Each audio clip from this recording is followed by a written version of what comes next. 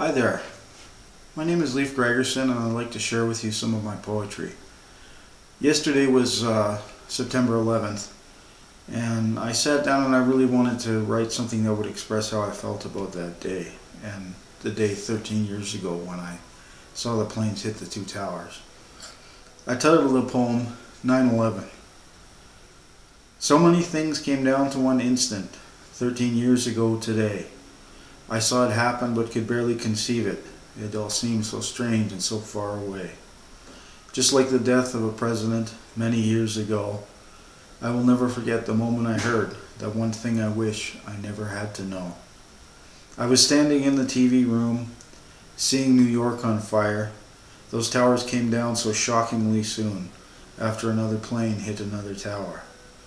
Ever since then, I sometimes have a dream that the day of the nukes has come, and when I do, I wake with a scream and fear that the worst has been done. So many brave men and women soon answered their nation's call. I remember having a candlelight vigil in the early darkness of that chilly fall. The world had changed forever. All of us had lost some innocence, and with our U.S. cousins we went together into the bombs and bullets and turbulence. So many friends from my childhood were thrown into the cauldron of war. The love they all had for us knew no ends. Some of them had seen battle before. I wish that I could have gone with them. It hurts me that I could not. They did what they had to in that far-off land. Our freedom and safety was bought. I cannot say that I long for war. I've lived my whole life in a peaceful land, but it hurts me inside that I can serve no more. It hurts like no one can understand. So as you think of the towers exploding, as you remember the thousands killed, try not to feel my dark foreboding, and rest easy as God wills. Those veterans know how to bring down empires. They think little of risking life and limb, and each day all of them truly inspires me to draw my courage from deep within. We will always have our enemies. There shall always be battles and fights, but I will never forget the freedom bought for me by those brave heroes marching off in the night.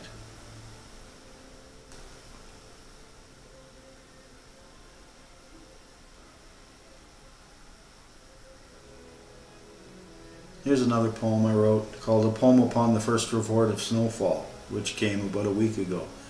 And as I mentioned, it's early September. Another season gone, another chance is lost, as another summer ends again. Complacency has its awful cost, no matter if you wield sword or pen. A poet often struggles long, words eventually come. If one's heart is pure and mind is strong, and you learned your lessons when you were young. In just 2 more weeks I leave this land for Hawaii, surf and sun, to gaze at blue water, the skies and sand, to remind myself life must be fun. But in truth, as nice as paradise can be, never will I forget this precious land, ice cold and free, until I pay it my final debt. This northern land, this frozen home, this place wrought by God for all, where you see the sky alive with the glow and the brilliant colors of the fall.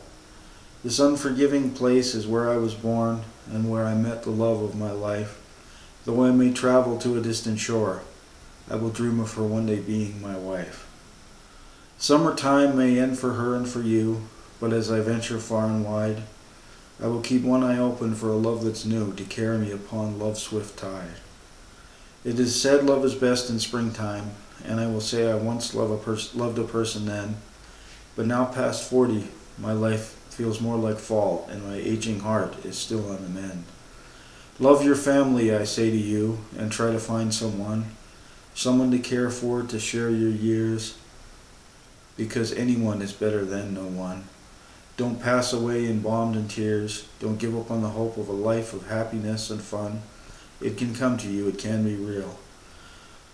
New love is a life newly begun.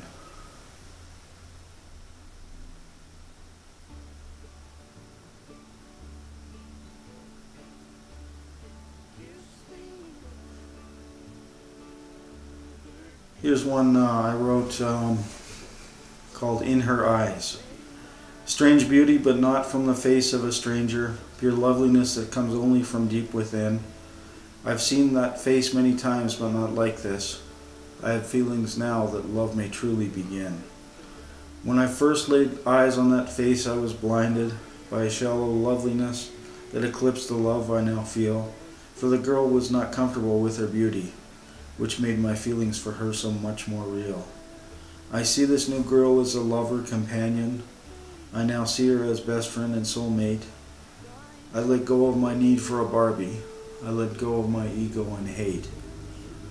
The one I once thought was a true love later showed she only cared for cash. Now I gaze in the eyes of true beauty. Love, beauty, and friendship I do know will last.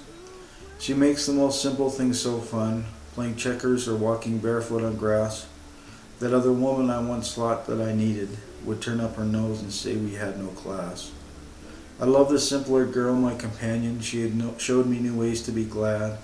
And the thing that's the greatest is I know she loves me. She's so much more than any dream I once had. Don't look for the girl who's the cutest. Don't chase after the one with the best things.